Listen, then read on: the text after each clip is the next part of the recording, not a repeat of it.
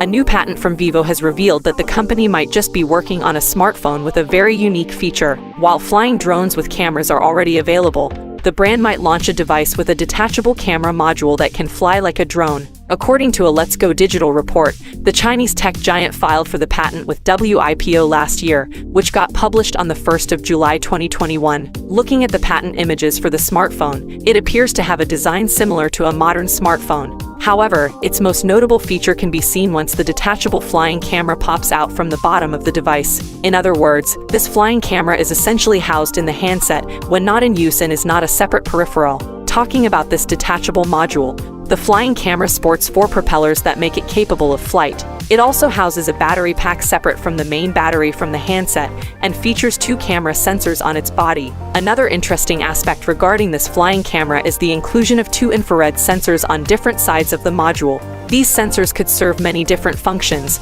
but its primary objective is likely to keep the small drone from bumping into other objects when flying, meaning this flying camera could feature an automatic follow mode where it follows the user and flies automatically. It might also support air gestures as well.